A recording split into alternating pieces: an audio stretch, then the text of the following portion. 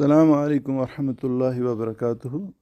جی میں عبدالباسط ہوں، جو پرسوں اپنے چند ساتھیوں اور بہنوں کو لے کے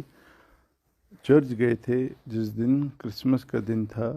اور جس کی وجہ یہ تھی کہ ہم ایک کمیونل ہارمنی، محبت اور بردرہڈ کا پیغام لے کے گئے تھے، کیونکہ جو یہ والی کمیونٹی ہمارے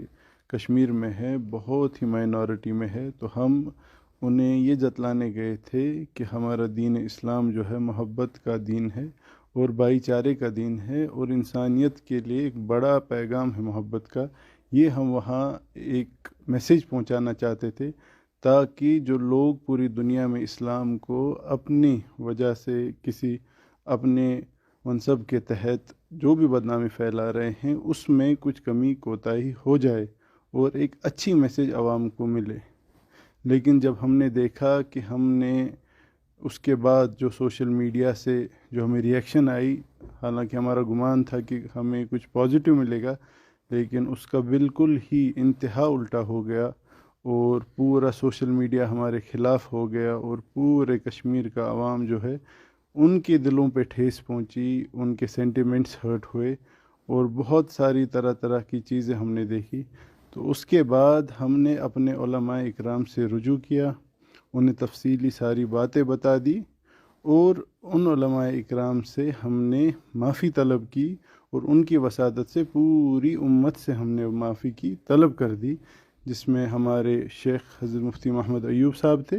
جن کا ایک آڈیو بھی لیک ہوا تھا اور بہت وائرل ہوا، جس میں وہ ایک فتویٰ جیسا دیتے ہیں۔ حالانکہ حضرت مفتی صاحب کا خود کہنا یہ ہے کہ وہ ایک بندہ نارمل کال کرتا ہے اور فلاں فلاں چیزیں بولتا ہے جو آپ سب نے سنی، اور مفتی صاحب ان کے سیدھے ایک سمپل جواب دیتے ہیں۔ پھر لوگ اس کو ایسے، جو بھی جن نے بھی پوسٹ کیا انہیں بھی غصہ تھا، انتشار تھا، تو انہیں بھی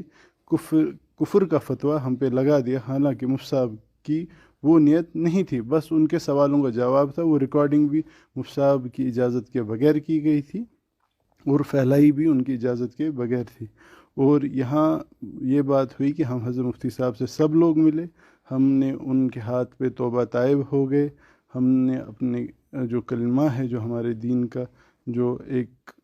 سب سے بڑی چیز ہے ہمارا کلمہ، وہ بھی ہم نے دہرایا، اور ہم نے پوری امت سے پھر ہم ہاتھ جوڑ کے معافی مانگتے ہیں کہ ہم نے کوئی چیز پازیٹیو وے میں آگے پروجیکٹ کی تھی، لیکن وہ ویسا نہیں ہوا، اور اس کا بالکل ہی الٹا ہوا۔ اور ہم نے اپنے علماء اکرام سے کیونکہ مشورہ نہیں کیا تھا، ان نے ہمیں سمجھایا، ان نے ہمیں تنبیہ کی کہ یہ چیز اگر کرنی ہی تھی تو اس کے اور بھی بہت سارے طریقے ہیں، بہترین طریقے، جس سے آپ محبت اور یہ اقتصادیت اور یہ بھائی چارے کا پیغام اپنے ان بھائیوں تک پہنچاتے۔ تو اس لیے ہم پھر سے امت سے معافی مانگتے ہیں۔ یہ بس ایک بھائی چارے کا پیغام تھا، ایک محبت کا پیغام تھا جو ہمیں اسلام سکھاتا ہے، اور اس میں اور کوئی بھی نیت نہیں تھی، خالص اسی نیت سے ہم گئے تھے۔ اور باقی آپ سب جانتے ہیں کہ مفتی صاحب نے بھی ہمیں معاف کر دیا، اور ان نے بھی ہم سے توبہ کروا دی ہے۔ تو بس آپ لوگوں سے اور معافی چاہتے ہیں کہ آپ لوگ بھی ہم نے معاف کرے، اپنے دلوں میں سے ہماری نفرت جو ہے، جو ہماری غلطی سے پیدا ہوئی، وہ بھی معاف کر دیں۔ السلام علیکم ورحمۃ اللہ وبرکاتہ۔